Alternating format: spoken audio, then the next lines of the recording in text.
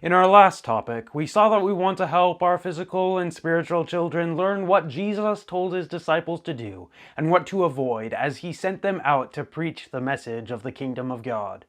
Jesus also gave them some other instructions before actually sending them out. Those other instructions will be the focus of this topic. One of the most important lessons Jesus wants every Christian to learn is to walk by faith.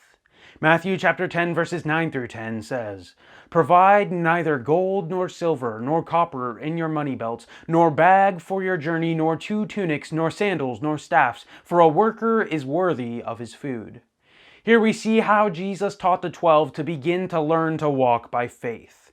First, Jesus told the disciples to take no money with them as he sent them out on this first ministry trip. They were not to take any gold coins because then they would have had plenty of money. In fact, Jesus said that they were not even to take any silver coins for their trip, as that would have provided anything that they needed. Then Jesus told them not to take any copper coins with them. Copper is worth much less than gold or silver. However, Jesus did not want the disciples to take any money with them so that they would learn to trust him to supply what was needed. Second, Jesus told them not to take a bag or any extra clothing on this first ministry trip. A bag was a leather sack that travelers would use to carry their food for their travel. Here we see that Jesus told them not to take a bag of food with them. In addition, they were not to take any extra clothes. A tunic was an undergarment or a coat. In John chapter 19, verse 23, we read, "Then the soldiers, when they had crucified Jesus, took his garments and made 4 parts, to each soldier a part, and also the tunic. Now the tunic was without seam, woven from the top in one piece." In this verse, we see that the word refers to the coat that Jesus wore. This meant that the disciples had to depend on God to supply an extra coat if one was needed as they traveled from city to city. Jesus said the same thing about taking an extra pair of sandals. Jesus told the disciples not even to take an extra staff with them. Then Jesus explained why the disciples were not to take any of these things with them. Jesus said that a workman is worthy of his food. Jesus explained that it is fitting for God to supply food through people as they served the Lord on this ministry trip. However, Jesus was also preparing his disciples for the future. 2 Corinthians 5:7 says, "For we walk by faith, not by sight." This was the most important lesson that Jesus wanted his disciples to learn on this ministry trip. Paul gave a wonderful promise to the Philippians about the way that the Lord will supply as we put him first in our service. Philippians 4:19 says, "And my God shall supply all your need according to his riches and glory by Christ Jesus." God knows the necessities that we will need as we go through life. That is why 1 Timothy 6 verses 6 through 8 says, "Now godliness with contentment is great gain. For we brought nothing into this world, and it is certain we can carry nothing out. And having food and clothing, with these we shall be content." God will supply our basic needs.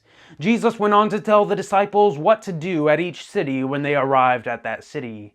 Matthew chapter 10 verses 11 through 13 says, "Now whatever city or town you enter, inquire who in it is worthy, and stay there till you go out.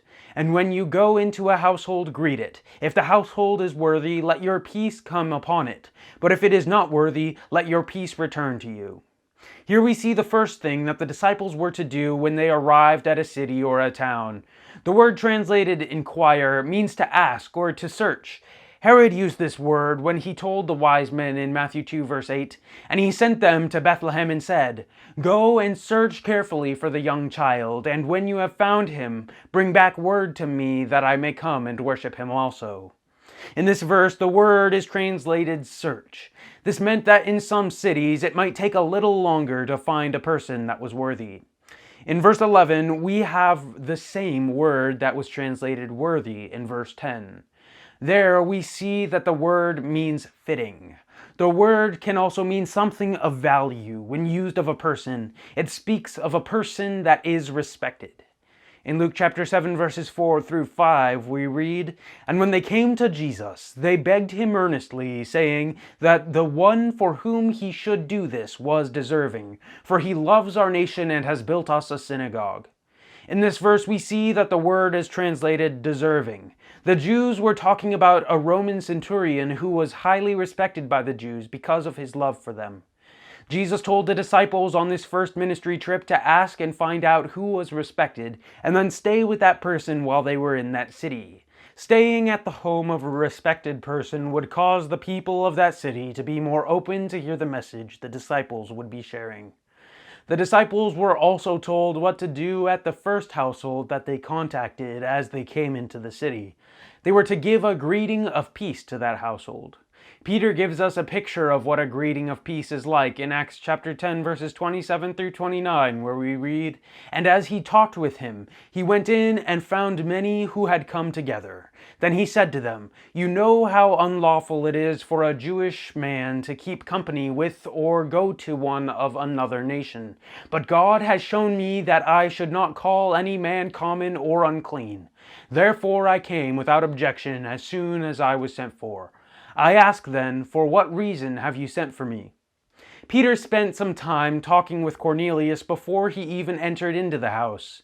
At the home of a stranger, this first conversation would determine whether that household was open to learn about the kingdom of God. We see that the disciples were to take a short time to get acquainted with people. During this time of getting acquainted, they were to offer peace to that household. Jesus said that the household would show that they were open if they responded with respect and wanted to learn more about the kingdom of God. Jesus said that some households would respond with respect, while others would not. In Luke chapter 7, verses 4 through 5, we read above, the Jews described the Roman centurion as deserving because he had shown his love for the people of Capernaum. This showed them an attitude of respect by the centurion. Jesus said that if a household showed respect, that peace would come on that household. In contrast, if that household did not show respect, then Jesus told the disciples that their peace would return to them instead of being on the household that rejected them.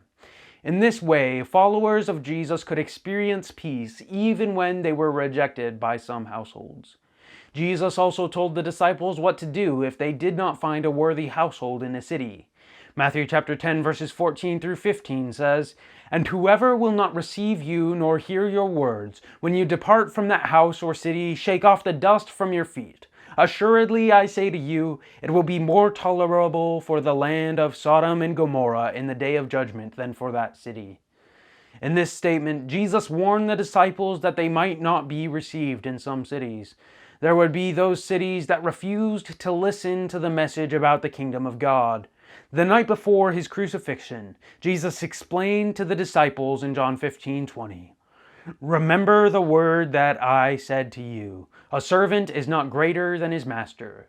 If they persecuted me, they will also persecute you. If they kept my word, they will keep yours also."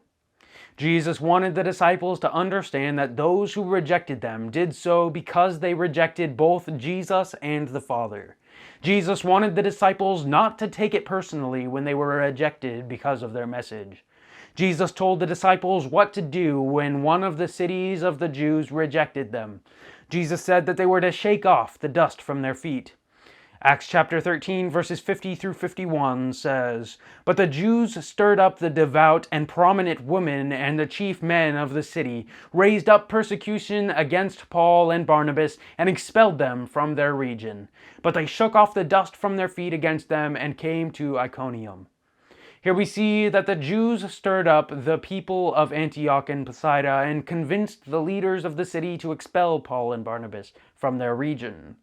Paul and Barnabas followed the instructions that Jesus had given and shook off the dust of their feet as a testimony against the Jews in that city. The Jews had the Old Testament that spoke of the promised Messiah.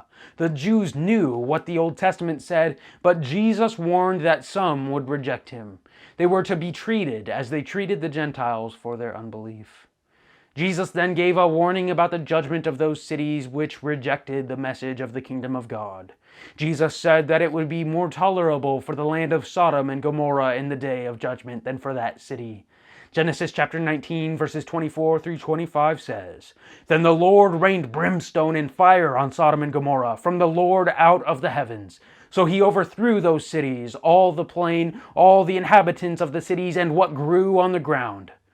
Here we see the earthly judgment of the cities of Sodom and Gomorrah. However, Jesus said here that the Jewish cities that rejected the disciples would receive a greater eternal judgment than the cities of Sodom and Gomorrah.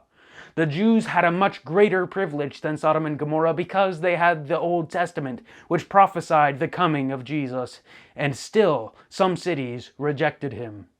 We want to help our physical and spiritual children realize that there will also be people who will reject them when they share the message of the death and resurrection of Jesus. However, they do not need to take such rejection personally as long as they have spoken the truth in love.